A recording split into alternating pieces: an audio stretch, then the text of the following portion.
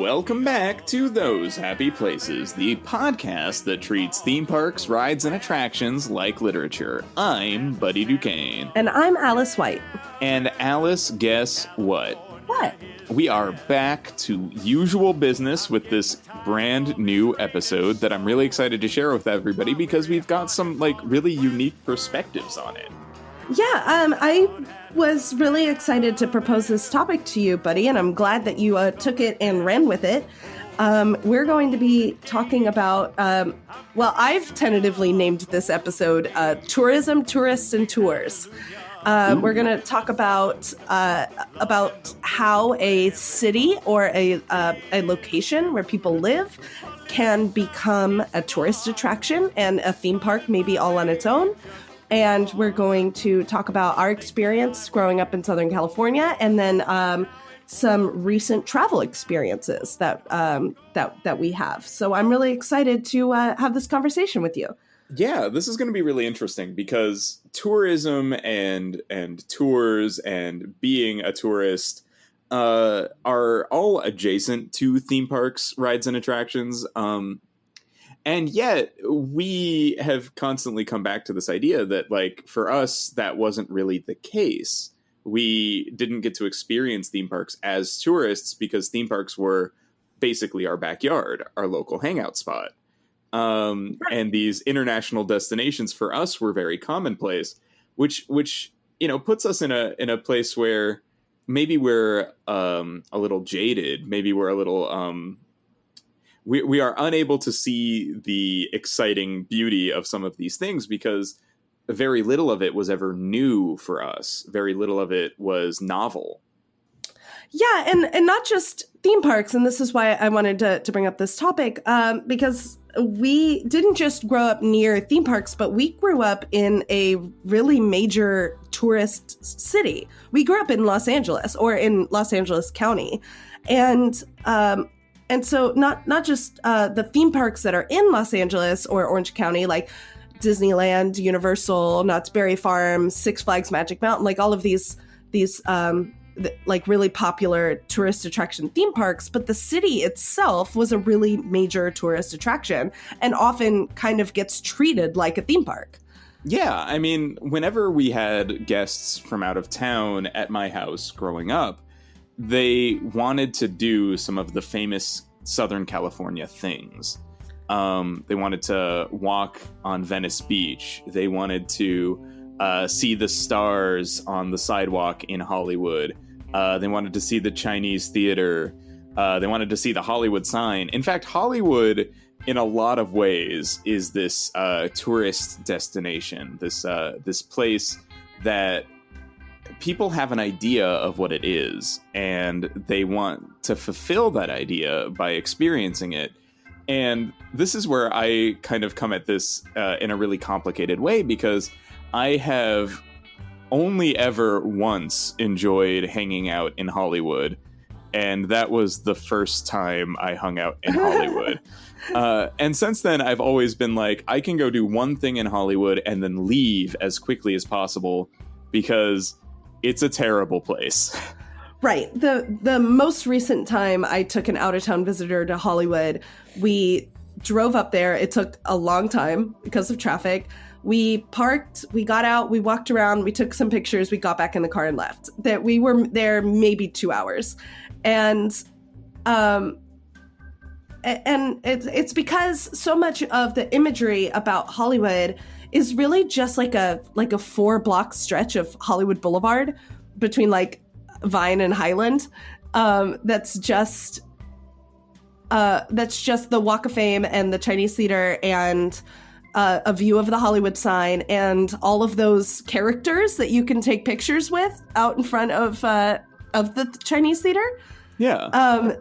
Which reminds me so much of Disneyland and walk around characters, but you have to pay these people, and they're not they're just buskers, and a lot of them are their costumes are really filthy and it's to the point where it's kind of off-putting and scary, actually. I think maybe it's kind of the metaphor for Hollywood itself, though, that just like the movies that Hollywood makes, there's this really glamorous like reputation and facade, but really at the end of it, it's just kind of a bunch of Southern Californians doing their best. Yeah, it's just a lot of people trying really hard to present good images, and you've got to hand it to Hollywood. It's a part of Los Angeles that really does have some beautiful images, but an image isn't an experience. And while an image can be very popular and can be something that you want to experience, it's not always going to pan out the way that you expect. So the Hollywood sign looks very small and unimpressive from a lot of Hollywood. The Walk of Fame, like you said, is very short. The Chinese theater is a movie theater. So the thing to do there is to see a movie. Working movie theater that shows films. Yeah. I mean, like, that's pretty good. You can't even go inside the Dolby Theater where they do the Oscars. You have to get you have to pay for a private tour. And honestly, between the two theaters right there, I prefer the Egyptian over the Chinese, but that's just me. The Egyptian theater, and I like the El Capitan Theater and like Jimmy Kimmel films down there. And there's like a lot of things to see for people who have never been to California before, but it's very overwhelming and not a lot of, doesn't have a lot of substance. Yeah, it's a couple of great photo opportunities in a lot of ways. And I mean, if that's what you're after, more power to you. But it has never been very appealing to me. So, Alice, I guess what I'm getting to is that we have these norms that we experience in our daily lives. And when we go and tour another place, we want to see the highlights. We want to see the best of that place. And sometimes what is the best and what is attractive to tourists is not necessarily the same thing. But what is the best of a place? That's an interesting question. And it's a question that's kind of complicated because best means different things to different people, right?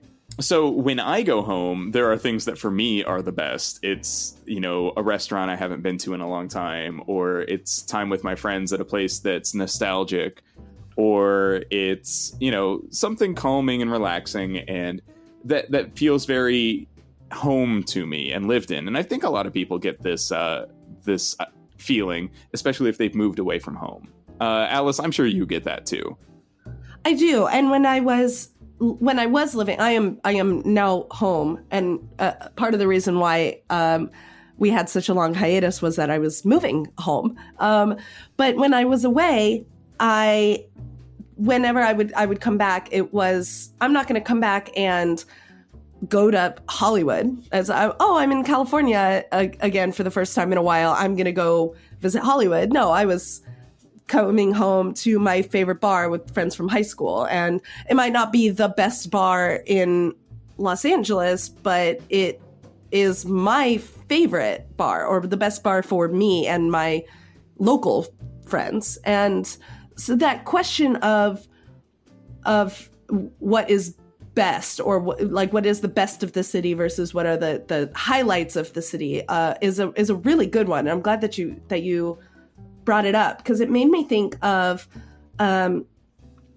trip I took to when I was in France, and I went to the Louvre, and we did and everybody says when you do a tour of the Louvre, like you've got to do it like several days. Like the museum is just so big, you could never see the whole thing in one day. Well, we had like 6 hours, and which is not even a full day. And we did what they called a highlights tour. And they took us to, we saw the Mona Lisa, and we saw the Venus de Milo, and we saw the Statue of Victory. And we saw the like most famous pieces of the Louvre. But as we were walking through rooms to get from one masterpiece to another, we are passing all of these other really incredible pieces of art that I didn't get a chance to sit down and look at. And I think that is a metaphor almost for like visiting Paris in general. So I'm there and I'm seeing the Louvre, and that's, a highlight of the city. So, but I didn't get to go to every little hole in the wall restaurant. I didn't get to experience what it's like to like really live there. I can say I visited Paris, but I could never say that I like know Paris, or that I did Paris like I hit all of the best parts of Paris. No, I hit the highlights of Paris. Sure. But yeah, that's we did the highlights of the Louvre while taking a highlights of Paris trip, and that's highlights on highlights, huh? Yeah, and I guess there's something to be said for the different layers of experience a place, just like we've talked about in previous episodes, where there's the first pass through where you're just kind of trying to see everything, and then there's maybe subsequent pass throughs where you get deeper and deeper layers. I wonder if there's a final layer. I really don't think there is, actually. And this actually takes me to two things that make us uniquely perspectived in this as well. Perspectived is a verb. Sure. So, Alice, you moved to New York for over a year. Yeah, I was there about a year and a half. So, here's a thing that I hear said in movies featuring New York. I've lived here my whole life and I've never been to the Statue of Liberty. I mean, yeah, a very possible feat, I think. It's not as if you were going off to the Statue of Liberty every day. You lived and worked there. I lived and worked there, but I visited the Statue of Liberty. I mean, I visited when I was a kid, but also when I lived there. I guess I'm the sort of person who, when I have time off, I'm running. I was like, oh, I've got a day. I'm gonna go down to Battery Park and sit on a bench and watch the ships go by, like that. And then there's the Statue of Liberty, like right there. It's just. It was when I was living there, I met a lot of people that said, "Oh, I've lived lived here for 5 years and I've never seen a Broadway show." Or I did hear that a lot, and I personally tried to avoid that when I was like, "Well, when I live in New York, I'm going to do everything," and that's just me. Is there anything in Southern California that like? Do you think there's an example for us? Do you think, oh, I've lived in Los Angeles my whole life and I've never... That's really interesting because for the longest time, and this speaks to like another like piece of the puzzle here of understanding places. For the longest time, I didn't think of Los Angeles as a city with much to offer. I saw it as a really big city with a lot of freeways and really awful traffic that... the deeper you got into the city where presumably the cool stuff was, if you were a tourist, the worse it would be, the less interesting it would get. To the point where sometimes I would end up in downtown LA, walking between big skyscrapers, when I worked down there, and there's nothing there. There are these big skyscrapers where presumably business happens. I don't really understand what skyscrapers do or are. And at ground level, there are no locations. There's no shops. There's no life. It's just kind of barren sidewalks that are usually kind of dark because you're always in a shadow of a skyscraper. So like, but I mean, there are things that colored my perception a lot. You'll run into, like when you're walking at that level, you say there are no shops and no entrances, but there'll be like a 7-Eleven on a corner, and the people who live and work in the building that you're walking under go there when they need to. Sure, like that's their 7-Eleven, and that's like that deeper layer. That's like, I'm not visiting this place. That's where I go. This is like my spot. Yes. And where I'm sitting right now in my very own house, I'm sure there are people who pass through this area all the time who don't think there's much of anything here. So I completely understand that. And I was wrong about Los Angeles, actually. There's a lot there. There are amazing cultural events happening constantly. There are small-time shows happening everywhere. There's great bars and bookshops and parks. You just got to know where to look for them, and you just got to know the place. And It wasn't until I was old enough, mobile enough, and willing to slow down and check it out that Los Angeles really opened up. And I think that's another thing about places, is that the layers present themselves to those who look, or those who have time to see the layers. and that's something that I've been working on, because I feel like it actually comes down to a lack of perspective, personally speaking, on my part. So I'm trying to get there, and really try to find the little places that aren't necessarily considered highlights, that people don't really know about. Yeah, I wanna roll back just like a little bit to what you were saying about people who come through your neighborhood and maybe think, oh, there's nothing to do here, but you know better. I want to roll to people, because you live in a little suburb in the Bay Area. Yes. And so you wouldn't typically, in your particular little town, would not see a lot of tourists necessarily. You can go 2 cities over and find, then you're in San Francisco or Berkeley, where there's a lot of tourists and a lot of visitors. But what if you lived in San Francisco and there were all constantly groups of tourists walking by every single day and like taking pictures? I would say, what if you lived in a historical building or something and they took pictures of your home and your privacy almost like every single day? Do you think that is, I want to say, like, invasive, or obviously invasive, it's people's homes and their privacy, but do you think if you lived in a major city in a historical building that is something that would be expected of you, or like that you just have to allow people to do, or if somebody's driving by your home and taking a picture of your house, like can you be a little angry about it? It does sound, I don't know about angry, but it does sound exhausting. It does sound exhausting. It sounds like the kind of thing that I personally would definitely not want.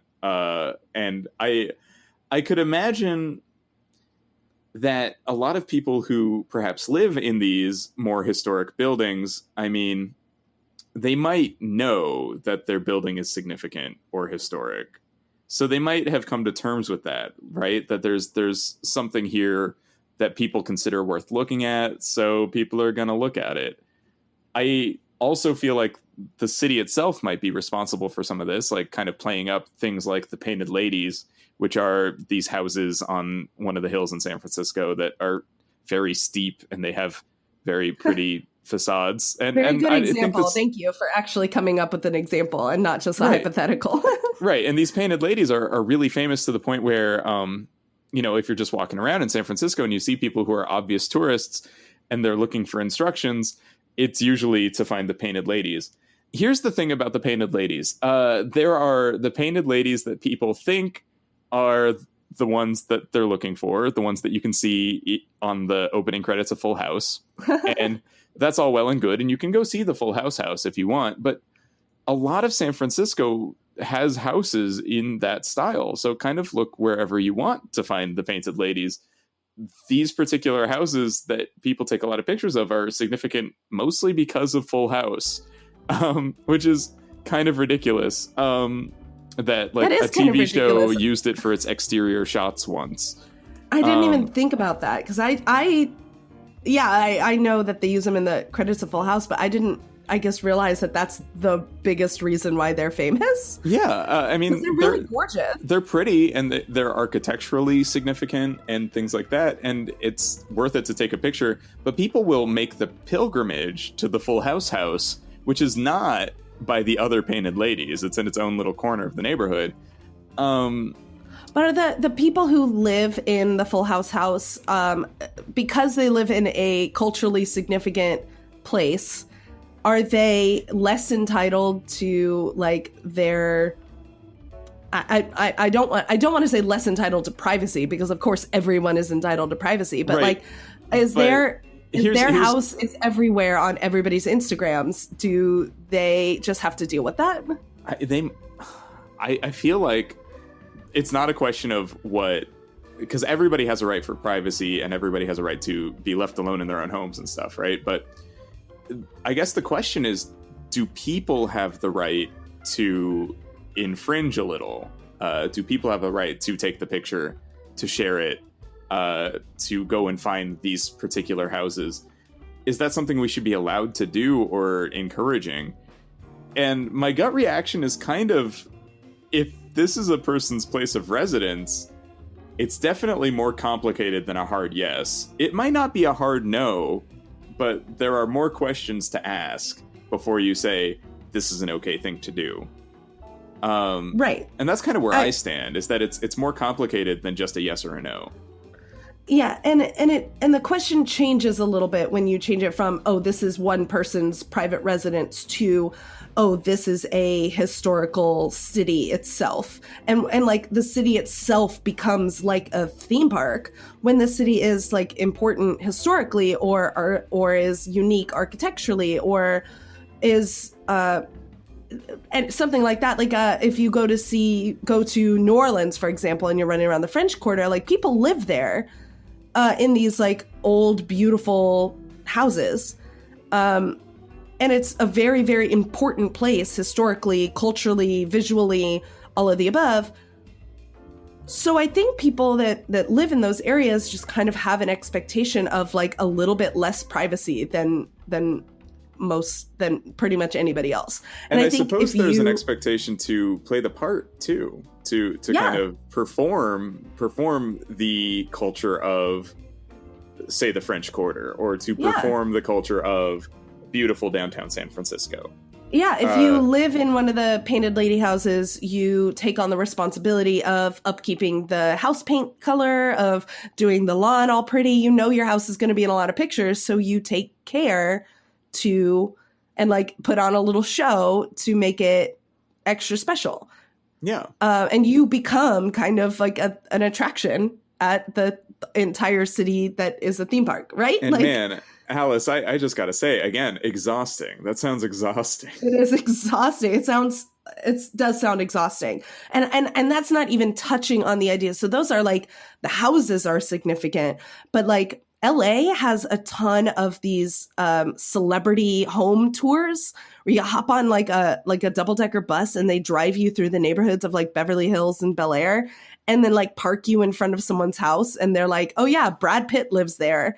Or, you know, someone, and then it's not the house that you're there for, it's the person inside. And like, that's a whole different ballgame altogether. Yeah, but that's a completely different can of beans, but it's not a good can. It's a really bad can, but those tours are not only legal, but they are extremely popular in Los Angeles. And I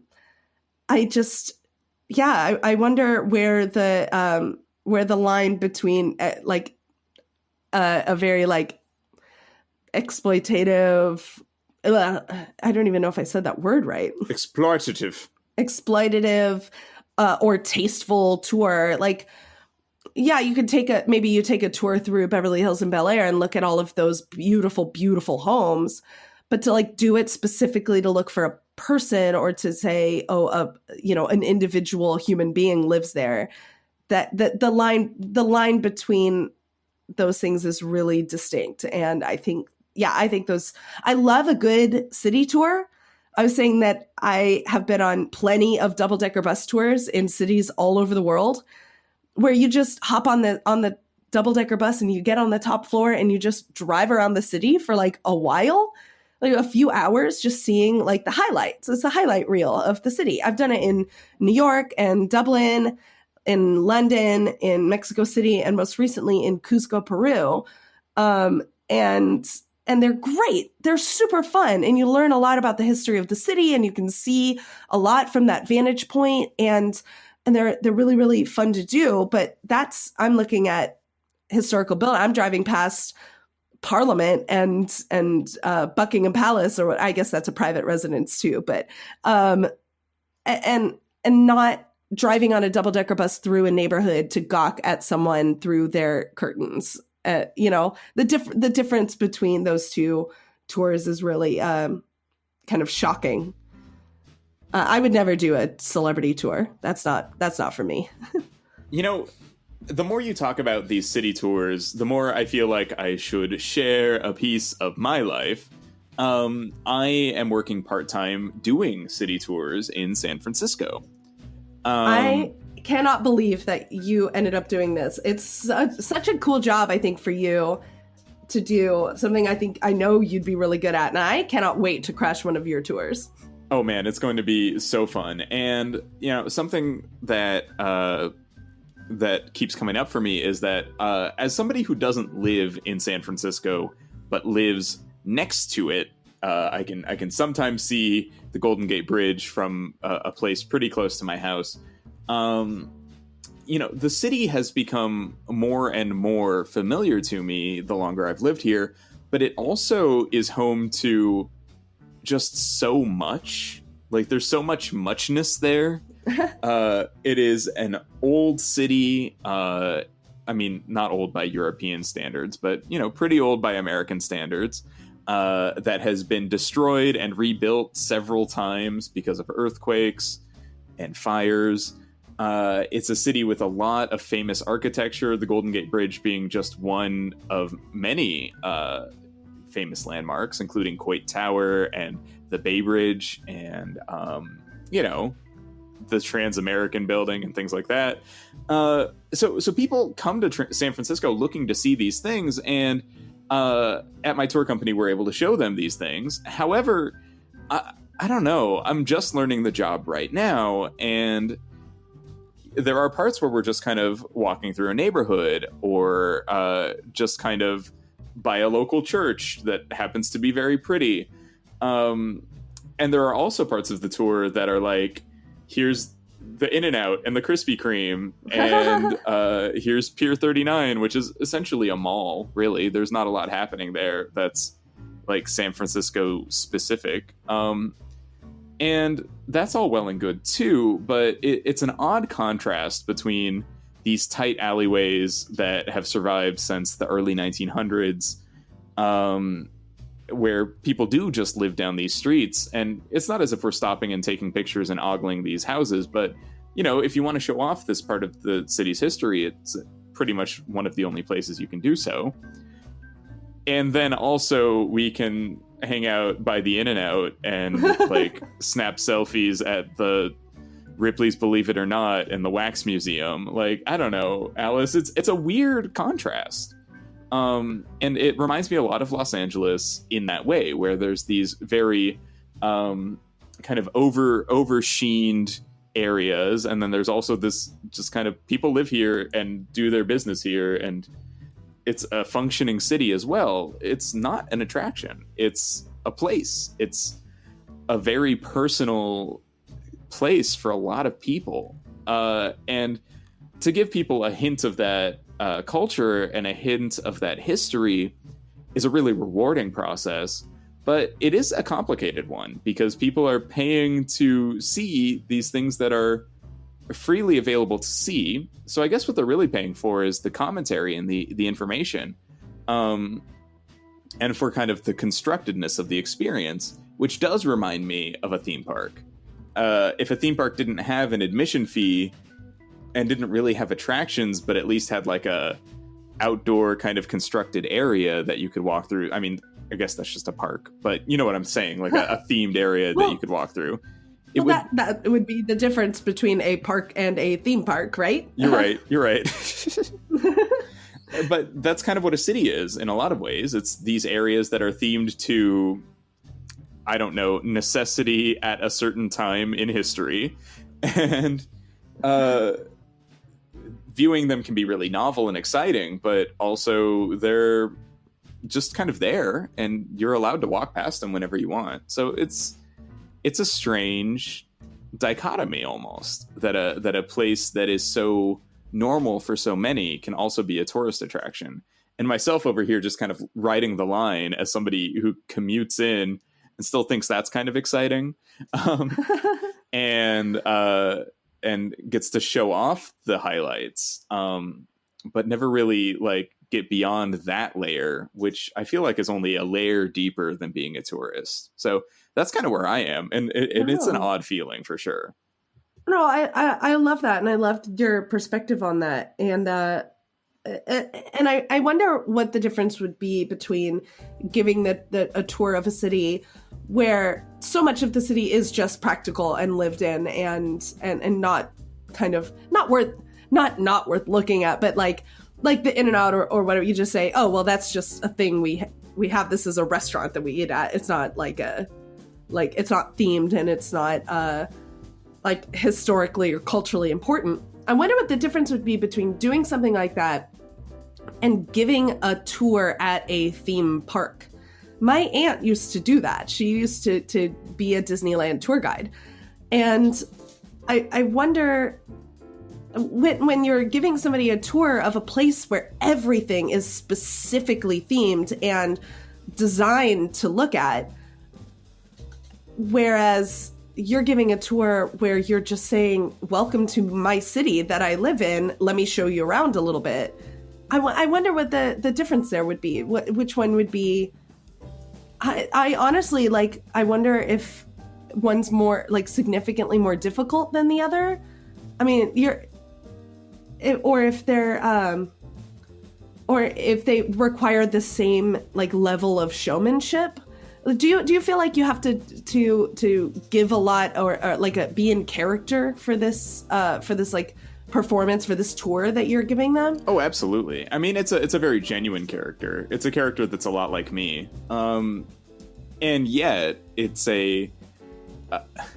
but again, it's different because a tour in a city must compete with the city, which has its own character, and has its own needs and its own quirks. I mean, we take our tour through areas of very dense traffic. And the other day I was on a tour in the driving, pouring rain, toiling on this tour. The people that were on it were so excited to be on, and yet they weren't letting the rain dampen their spirits, is what I'm trying to say. That's nice. And yet the city seemed almost turned against them in this. Like, oh, you want to see the sights, eh? Well, what if the sights were invisible because of all the fog? Ha! Like, gotcha. I don't think a theme park necessarily can do that. It can't create a traffic jam that slows the tour down. And it can't... I mean, the weather can go bad, but a theme park is designed around that. So what you get is kind of a more constructed, and I hate to keep going back to that word, but a more controlled experience too.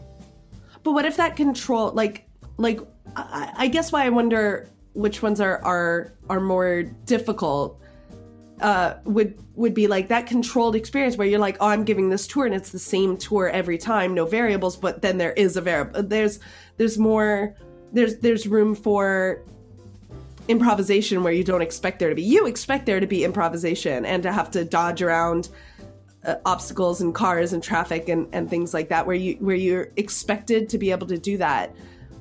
But in a case where somebody's like, oh, I'm going to give this tour of Disneyland, and oh, this attraction or this part of the park is totally shut down, and I can't give that to them. I just wonder. I'd really like to talk to somebody who gives tours at Disney or somewhere now. Like, I'd really like that. So that would be a very cool guest for sure. I'd really like, if anybody who's listening knows someone who is currently a tour guide or something equivalent at a theme park, I would really like to talk to you. Please email me at alicewhitepodcast@gmail.com. All right. And you're right. There's something different there. And I think actually, and Alice, this might be a bit of a tangent, but when people go to Disneyland, they expect a perfect day every time. Yeah. Have you ever noticed that? Yes. When I worked there, we shut down a pool once, and it was it literally ruined somebody's vacation, according to them. And like, look, the pool had to be closed down. It was a bad time. And this person was like, why can't it be fixed now? And my poor lowly lifeguard self was like, it just can't. There's only so much we can do. I say that all the time now in my current job. Yes. There's a lot, as a flight attendant, a lot of things can go wrong.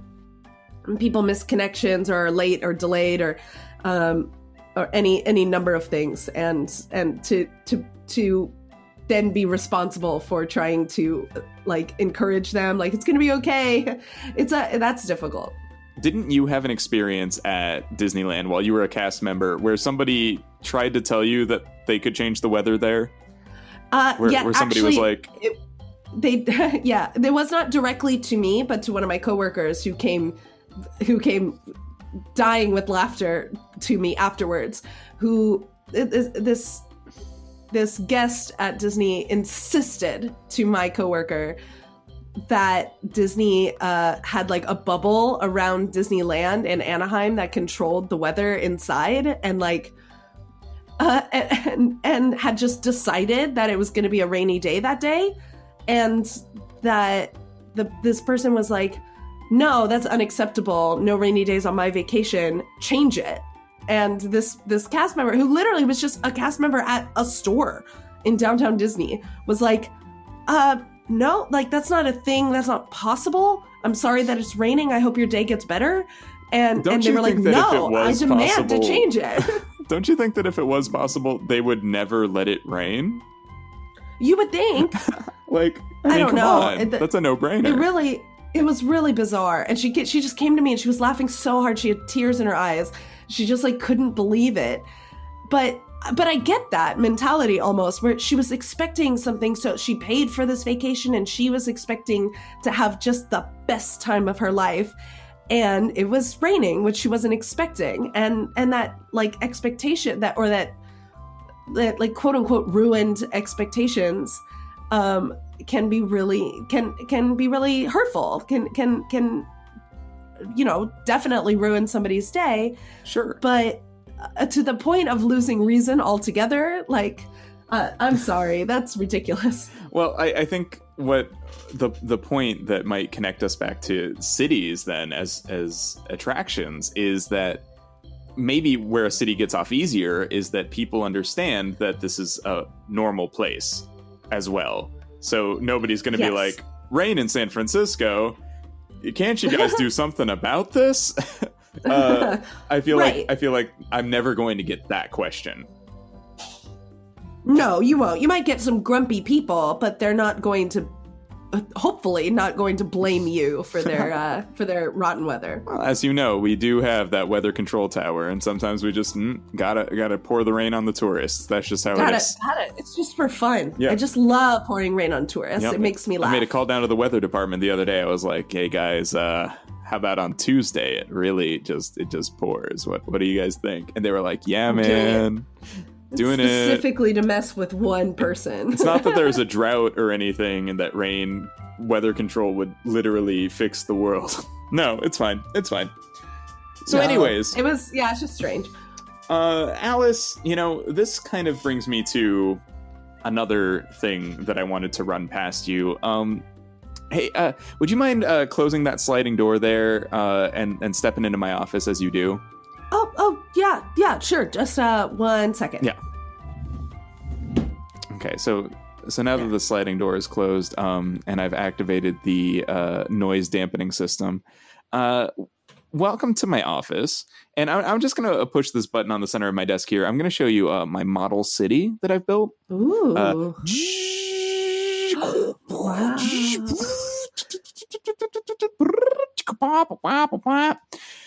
Welcome to it's very Walt Disney of this city. Yeah. I call it the experimental prototype tourism city of tomorrow. And what it is, it's a city that is so amazing that people will absolutely want to see it. And the great part about it is this is a city designed around that idea. So it's a city that business is conducted here and people live here. But it is designed for tourists, and I've built it that way. So we've got lots of public transit, and everybody in the city has a strict code of how they act towards tourists that they have to agree to, or they'll be kicked out of the city. And everything in the city is city owned and city run, and we do have outside vendors and stuff, but they have to agree to all of our customs and our ways, and everybody dresses in similar costumes depending on what they do. And oh my god, this is a nightmare dystopia. Send help. It's just Alice, I've done something terrible. Yeah, I don't know why you would bother building this giant model of a obviously doomed concept. You can't design a city for for tourists. You cannot design a city outright for tourists, but also for locals. You can adapt a city to be more tourist friendly, just like a city might adapt to be more bike friendly or pedestrian friendly. You can add more.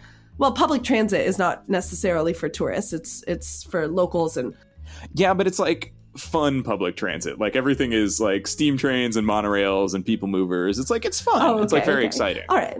That sounds fun. Yeah. But I mean, so like adapting a city to be more tourist friendly would maybe involves tourist information centers and places for like really good, like a really good place for those double-decker buses to pick up and drop off, or more cultural events, and maybe, I don't know, a theme park. you add a theme park to the city to make it more tourist friendly, right? I guess what draws people to cities if they want to go there and see them, I guess what draws people is particular landmarks, say the Louvre or the Eiffel Tower, maybe the promise of a certain kind of a culture, say small cafes and very good wine and perhaps gourmet food and things like that. And other kinds of culture like the fine arts and dance and music and theater, and things that you can only experience there. And I guess what I was trying to say is, what if you tried to reverse engineer it? What if you tried to make that a thing artificially? And I think what I accidentally built was a theme park.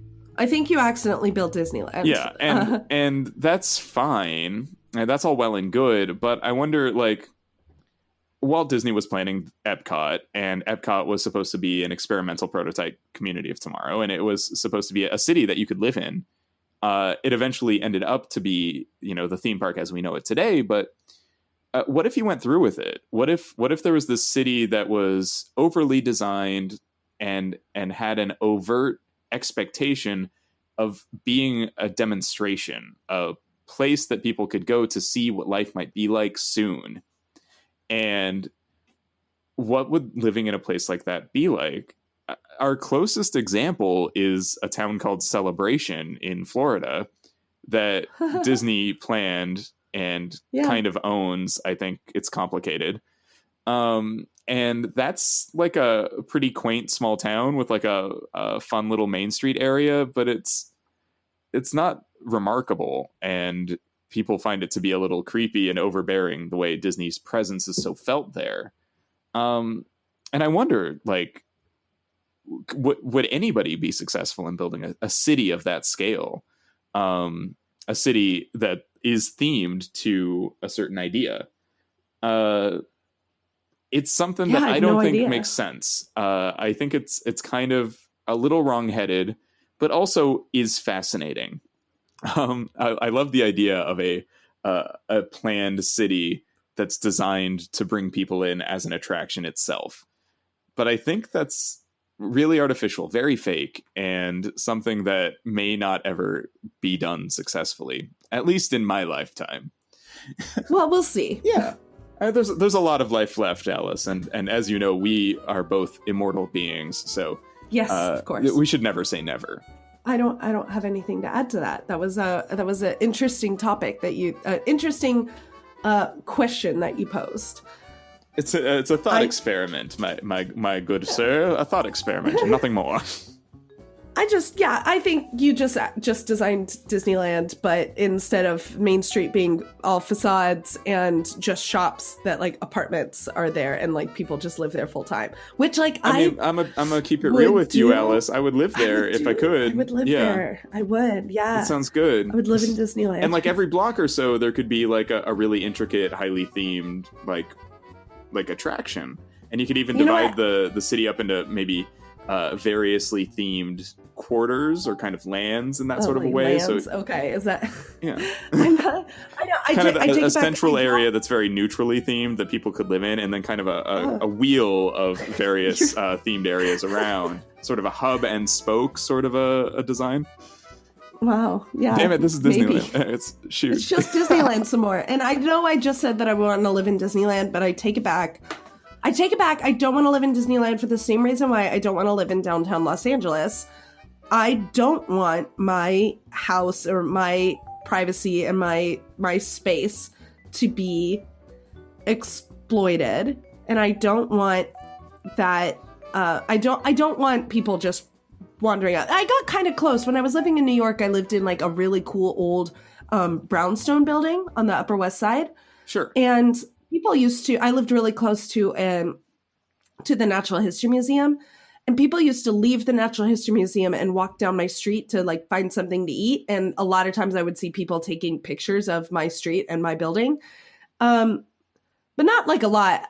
It's the same street as every other street on that part of the Upper West Side. So I wasn't seeing like hundreds or even dozens of them at a time. It was just, the occasional like single person. And that was honestly enough for me. Like that was fine. Like one person appreciating the beauty of my building like a week versus living in Disneyland where you would have literally tens of thousands of people walking down your street a day.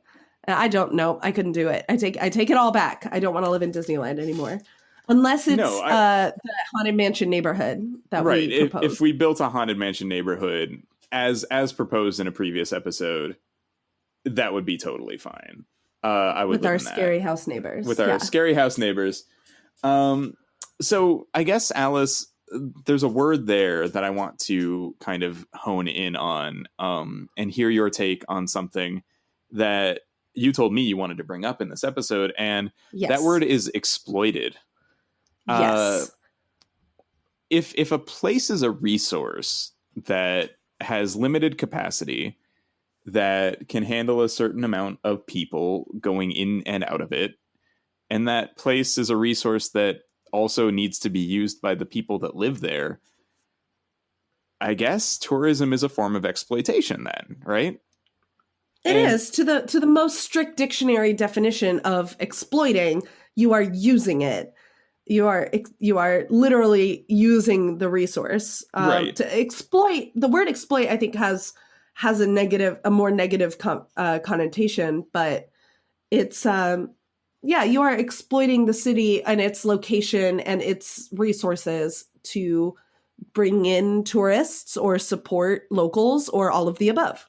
Sure. And I think in a lot of areas, at least in the United States, where tourist areas that become touristy are also kind of the homes of the wealthy in many cases, at least in California, that seems to be a trend. That isn't super problematic because it becomes a choice then to live in that very touristy place.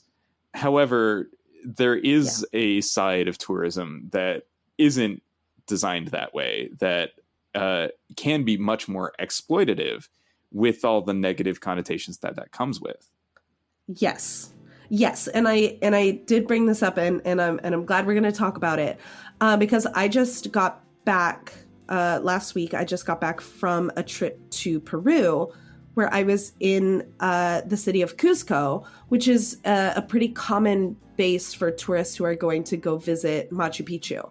Now, we didn't end up going to visit Machu Picchu, which is one of the great wonders of the world. And I'm really upset that a lot of things went wrong on our trip and we didn't end up making it out there. So we just stayed in the city of Cusco, which has a tendency, because of its use as a base to go to Machu Picchu, kind of has a tendency to be a little bit more transitive for tourists, just kind of passing through. But we got to spend like 3 or 4 days there just observing how tourism and how like our presence and the presence of the thousands and thousands of other people visiting had on the city itself. And Cusco, Peru is one of the most beautiful cities I've ever seen with my own 2 eyes. There's a lot of poverty in Peru, and there's a lot of stray dogs and a lot of crumbling infrastructure and wonderful, wonderful people and great food and really welcoming atmosphere. But the city is literally built on the ruins of an ancient Incan like holy place. There were temples and other in Machu Picchu, you know, these really like important places culturally to a people that were conquered and nearly wiped out.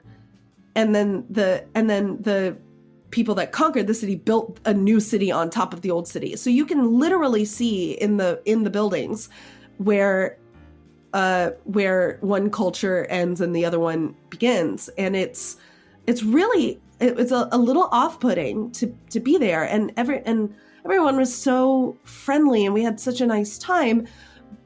But a lot of the tourism there, a lot of the tours that they offered, the city tours they offered, and the souvenirs they were selling, and the people walking around trying to earn money by taking pictures with you. They were walking alpacas down the street and you pay money to take a picture with an alpaca. They're just trying to make their money and make their living on this like tourist idea of what Cusco, Peru should be.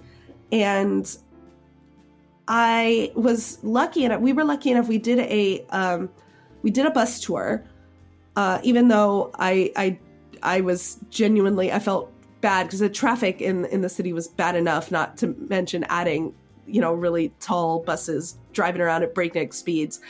But we did this city tour that took us just a little bit outside the city and up into this mountain where we got to meet a man who was still practicing and still teaching ancient Incan practices. He had a ritual that he showed us that involved coca leaves, and he had like oil and smoke that he was using to give blessings to the mountain and to the city and to us who visited him. And he did this whole performance really of this really, really old tradition that has been nearly entirely wiped out. And at the end of it, he said in his language that was translated then into Spanish and then into English, he told us to take all the pictures and all the videos that we wanted and to tell everyone about what we saw, because otherwise his entire culture was going to just disappear. And without awareness and without this like performativity, it would, his lifestyle, his livelihood, his lifestyle, and his like religion would just disappear altogether. And so I felt conflicted, and I felt, and we, you know, we paid them and we took pictures, and I did what he asked. I shared the pictures on my social media, and I've been telling everyone who will listen about how special I felt like we had been let in on something really special and really secret. And despite how bad I felt before about the bus in traffic and how tourism kind of feels like it's taking over the city that has other like really, really pressing problems, I felt like we had been given a gift, like a really tasteful gift that, yeah, we're going to kind of exploit a little bit. We're going to post pictures on Instagram where he probably doesn't know a lot about Instagram. He didn't seem like the kind of guy who knew a lot about Instagram, but he wanted us to share because he wanted us to kind of use his culture as a jumping off point for education. And so I brought this up, and I tell this story at length to pose into this episode and into this conversation the question: when does the education and like cultural, like exploiting a culture become when does exploiting a culture become education, and when does that education and spectacle become tourism? Like was it inappropriate for us to enjoy and share and take pictures of this man's culture for educational purposes, and other places that you could visit that might be culturally important but maybe a little like sensitive, it's important, I think, to share. It's important to share those things and educate people, especially young people, on traditions that are dying, but to do it in a way that is tasteful and not damaging is a really hard line to walk. And I feel like this tour walked that line really closely. But I think we stayed on the tasteful side of it. I felt I was really moved and really impressed by the whole thing. And I think that it's an experience that I would want more people to have and to talk and share. But there were a couple of moments where it could have turned really, really exploitative.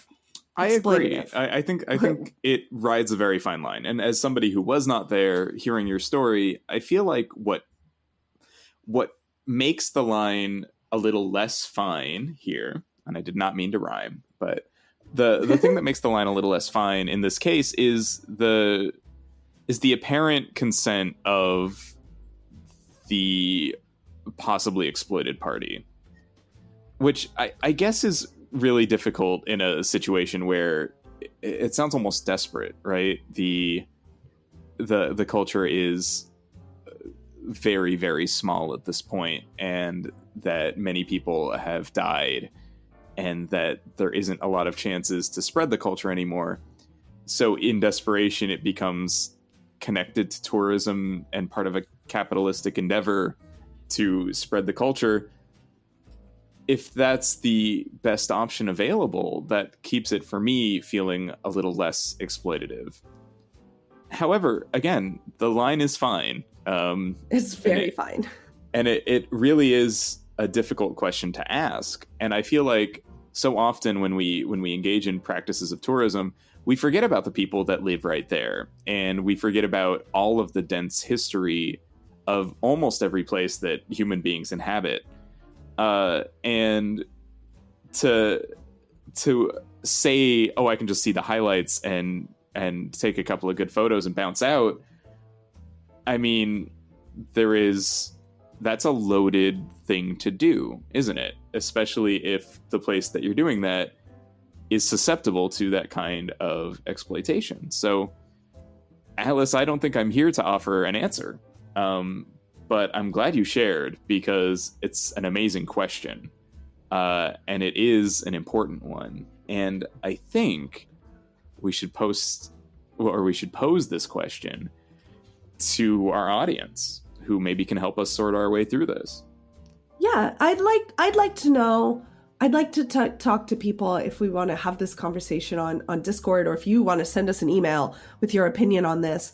I want to know, too, about other places, not necessarily just Cusco and this specific example, but other places of historical significance that have to do with really sensitive topics, like turning a concentration camp into a museum, for example, or a battlefields in these places of horror and death and destruction that get turned into places of education and learning, and is what we did in Cusco the same? Is it similar? And I would hope so. I felt like it was. I felt like I learned a lot. But is it appropriate to consistently turn places like that into museums and opportunities for education? I want to know. I'd like to talk about it. And I think it was an interesting quandary that sat in my brain the entire 8-hour flight home. And I'm glad we did it. But it's tricky. It is. Well, Alice, I guess that means that our conversation right now about tours, tourism, and tourists has come to a close. But as we said, the conversation does continue online. You can follow us collectively on Twitter at Happy Places Pod, or you can follow us individually. I'm at Alice White THP for those happy places. And I'm at Buddy_Duquesne. Duquesne is spelled DUQUESNE. And if you find us on Twitter, you can also find us on Discord. Yeah, that's right. We have a great Discord server full of interesting and wonderful conversations, crossing multiple topics. We even had a Game of Thrones spoiler channel, if that is something that you want to talk about with us. I am excited to share more about my feelings about Game of Thrones. So if you want to jump into that Discord, find a link on one of our Twitters. Alice, you know what? Right now, our theme music is starting to rev up. Our theme music is Golden Gate by the California Feetwarmers featuring Phil Alvin. That's right. You can find the Feetwarmers and the rest of their music at www.californiafeetwarmers.com. And Alice, I also will add some additional music to this episode. Well, where did you find that additional music, buddy? All of my additional music comes from Kevin MacLeod in the Free Music Archive. You can find all of that at incompetech.com. Thank you so much, Kevin, for all of your great compositions that you make available for free for podcasters and YouTubers and other creative people on the internet to use. You are a champion. And thank you to you, the listeners, for tuning in and for sticking with us. If you want to support the show, we do have a Patreon. If you go to patreon.com/thosehappyplaces, you can find many tiers of various donation levels.